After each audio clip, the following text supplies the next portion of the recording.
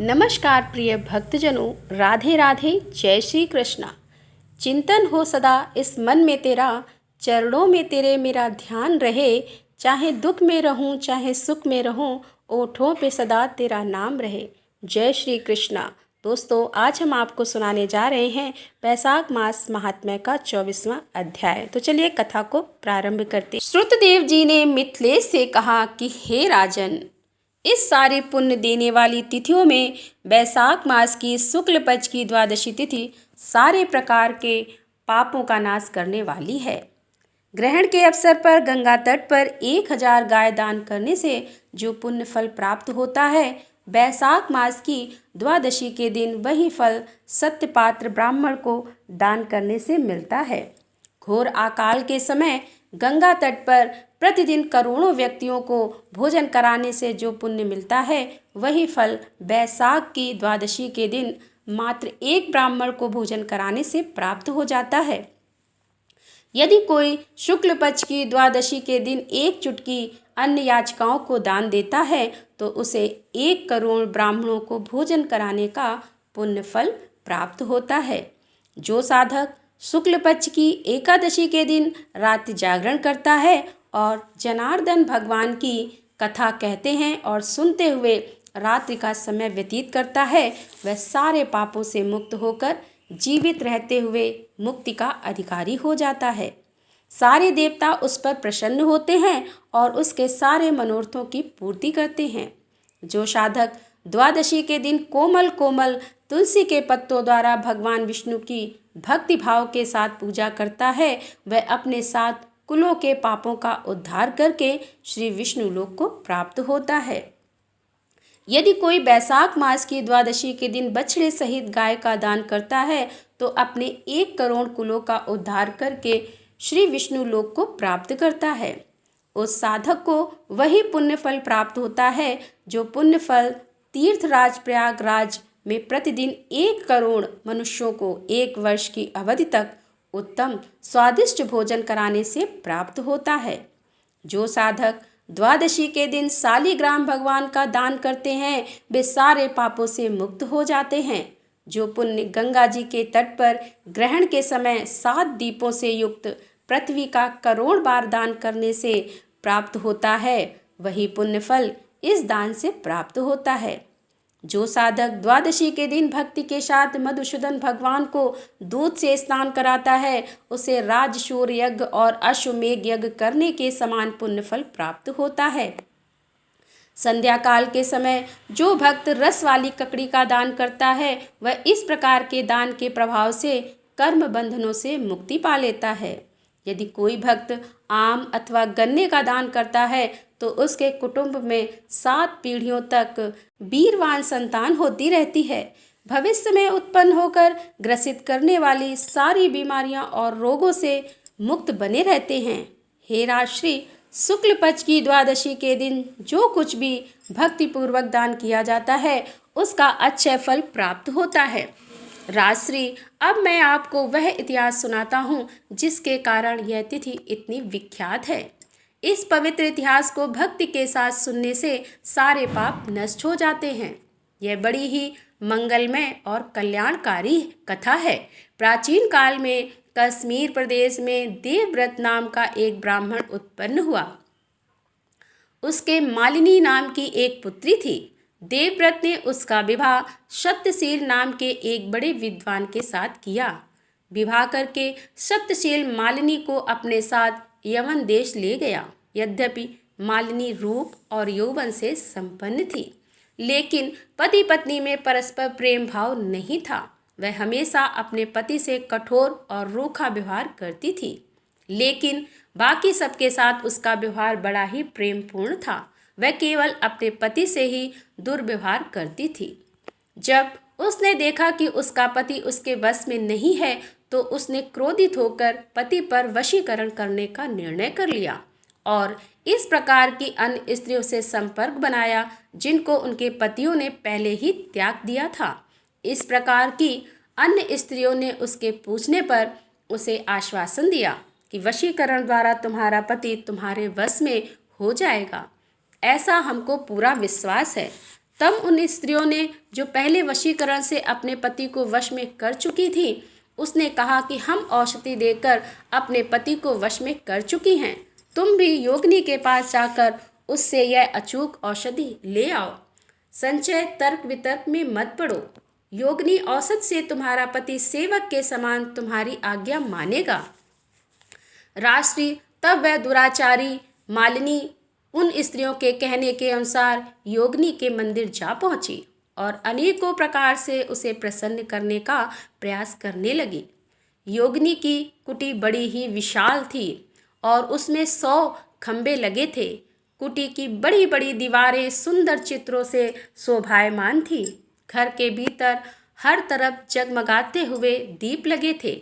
योगिनी पूरी सज धज के साथ एक शोभित स्थान में विराजमान थी और सेवा करने के लिए आने वाले को देख रही थी।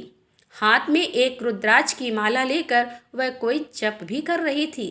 जब मालिनी ने उसे अपनी इच्छा बताई तब वह प्रसन्न होकर उसे मन को शुद्ध करने वाले मंत्र बताने लगी।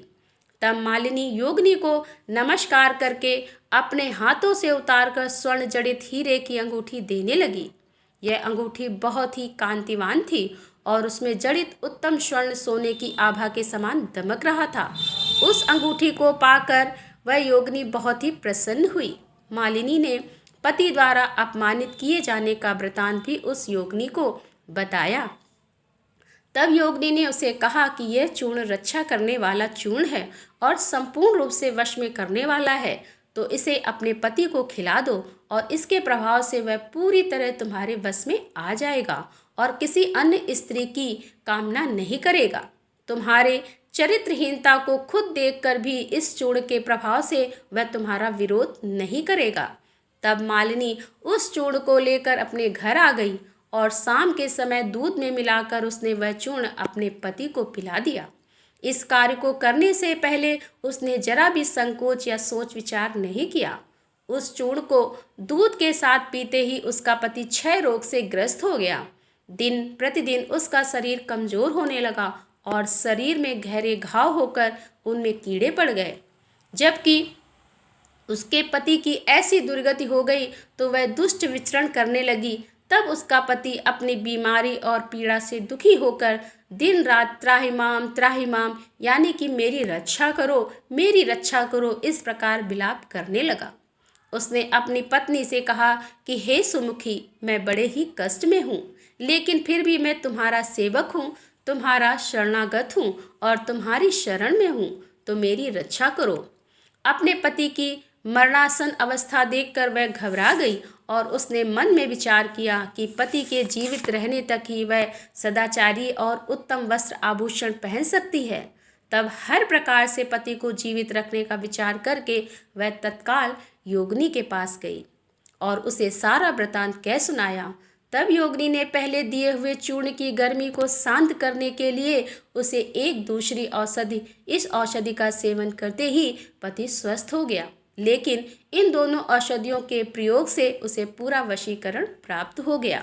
उसका पति उसके साथ दास जैसा व्यवहार करने लगा और पत्नी के वशीभूत होकर सदैव घर में ही पड़ा रहने लगा। इधर मालिनी काम करने के बहाने अपने दूसरे पति के घर जाकर ठहरने लगी। वहाँ सभी जातियों के दुराचारी मनुष्य आकर निवास करते थे। कुछ समय में उसका पति उसके दुराचरण को ताड़ गया, लेकिन पत्नी का विरोध करने और उसके सामने कुछ कहने का उसे साहस नहीं होता था। कुछ समय बाद इस दुराचार के कारण उस पापनी दुराचारनी मालिनी के शरीर में बड़े बड़े प्राणघाती कीड़े पड़ गए। इन कीड़ों ने उनकी नाक, आँख, जीभ और कानों में बड़े बड़े छेद कर दिए। अब वह इस असहनीय पीड़ा को और भयानक रोग से घिर गई और दुखी हो गई और दीर्घ समय तक घोर दुखदायी कष्ट सहते हुए आखिर उसने अपना जीवन त्याग दिया।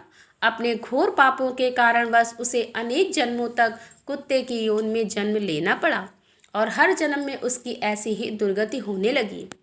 ऐसे ही एक जन्म में उसने सोमवीर देश में पदबंधु नाम के ब्राह्मण की दासी के घर कुतिया के रूप में जन्म लिया। इस जन्म में भी उसे वही सब कष्ट सताने लगे। टूटे कान, कटी फटी नाक और मस्तक में पड़े हुए कीड़े और कीड़ों के कारण कट कर गिर गई उसकी पूंछ। पूर्व जन्मों की तरह इस जन्म में भी उसकी वही दुर्दशा हो रही थी। तब एक दिन बैसाख मास के शुक्ल पक्ष की द्वादशी के दिन ब्राह्मण पदबंधु का पुत्र नदी में स्नान करके भीगे वस्त्र पहने हुए अपने घर आया। घर आकर उसने घर के बाहर अपने पैर धोए। वहीं समीप में वह कुतिया सो रही थी। उसके पैर धोने के पश्चात वह सारा जल बहकर उस कुतिया के पास चला गया कि उस जल के स्पर्श होते ही उसके सारे पाप तत्काल नष्ट हो गए और उसे अपने पूर्व जन्म की स्मृति प्राप्त हो गई। तब वह अपने पिछले जन्म में किए हुए पापों को याद करके दुखी होने लगी और करुणा स्वर में त्राहिमाम करने लगी। घोर दुख से दुखी होकर उसने ब्राह्मण को अपने सारे पाप कर्मों को कह सुनाया और बोली कि हे ब्राह्मण, मैंने अपने पति को जल से विष पान कराया और बड़ी ही दुष्चरित्र स्त्री का जीवन व्यतीत किया है। हे ब्राह्मण, जो भी व्यभिचारिणी स्त्री अपने पति को मेरी तरह वश में करती है वह भयानक नरक यंत्रणा भोगती है। स्त्री के लिए उसका पति ही सर्वस्व है, वही उसका स्वामी है। जो स्त्री पति के साथ विश्वासघात करती है वह कभी भी और कहीं भी सुखी नहीं हो सकती। इसीलिए हे ब्राह्मण, स्त्री का धर्म है कि सदैव पति की आज्ञा का पालन करे। आज व्यवस्थित आपसे विचलित होकर आपके सम्मुख खड़ी हूँ। यदि आज आप मेरा उद्धार कर दें तो मुझे फिर से इस अधम योनि में जन्म नहीं लेना पड़ेगा और हर बार यह कष्ट नहीं भोगना पड़ेगा। यह कहकर वह आवेग में बड़ी ही उल्टा व्यभिचार घने और दुष्कर्मों में हूँ। आप अपने पुण्य कर्म से मेरे लिए देखकर मेरा उद्धार कीजिए। बैसाख शुक्ल पक्ष की द्वादशी के दिन आपने स्नान दान और अन्न दान का जो पुण्य कार्य किया है वह सारा पुण्य मेरे निमित्त दान कर दीजिए। हे महात्मन, मैं बड़ी ही दुखिया हूँ। मुझ पर दया दृष्टि करके आप मुझे इस घोर संकट से छुड़ा दीजिए। तब उस कुतिया के ऐसे दीन वचन सुनकर वह ब्राह्मण का पुत्र उससे कहने लगा कि हे शिवांगे, हर जीव अपने किए हुए कार्यों के फल को ही सुख और दुख के रूप में भोगता है। जो दूसरों को कष्ट देते हैं उन्हें अपने कर्मों का फल भोगना ही पड़ता है। तुम अपने पिछले जन्म के पापों का फल भोग रही हो, इससे मैं तुम्हारे लिए कुछ नहीं कर सकता। तब वह कुतिया बड़ी ही दुखी होकर बड़े ही दीन स्वर में रुदन करने लगी। उसके विरोध का स्वर सुनकर धर्मात्मा पदमबंधु तत्काल घर से बाहर आए। उन्होंने उस कुतिया से पूछा, तुझे क्या कष्ट है? तू क्यों रुदन कर रही है? तब उनके पुत्र ने सारा वृतांत उन्हें सुनाया। पुत्र के कथन को सुनकर वे चकित होकर बोले कि हे पुत्र, मेरा पुत्र होकर तुझे ऐसा व्यवहार शोभा नहीं देता। महात्माओं के लिए ऐसा कथन बड़ा ही अशोभनीय है।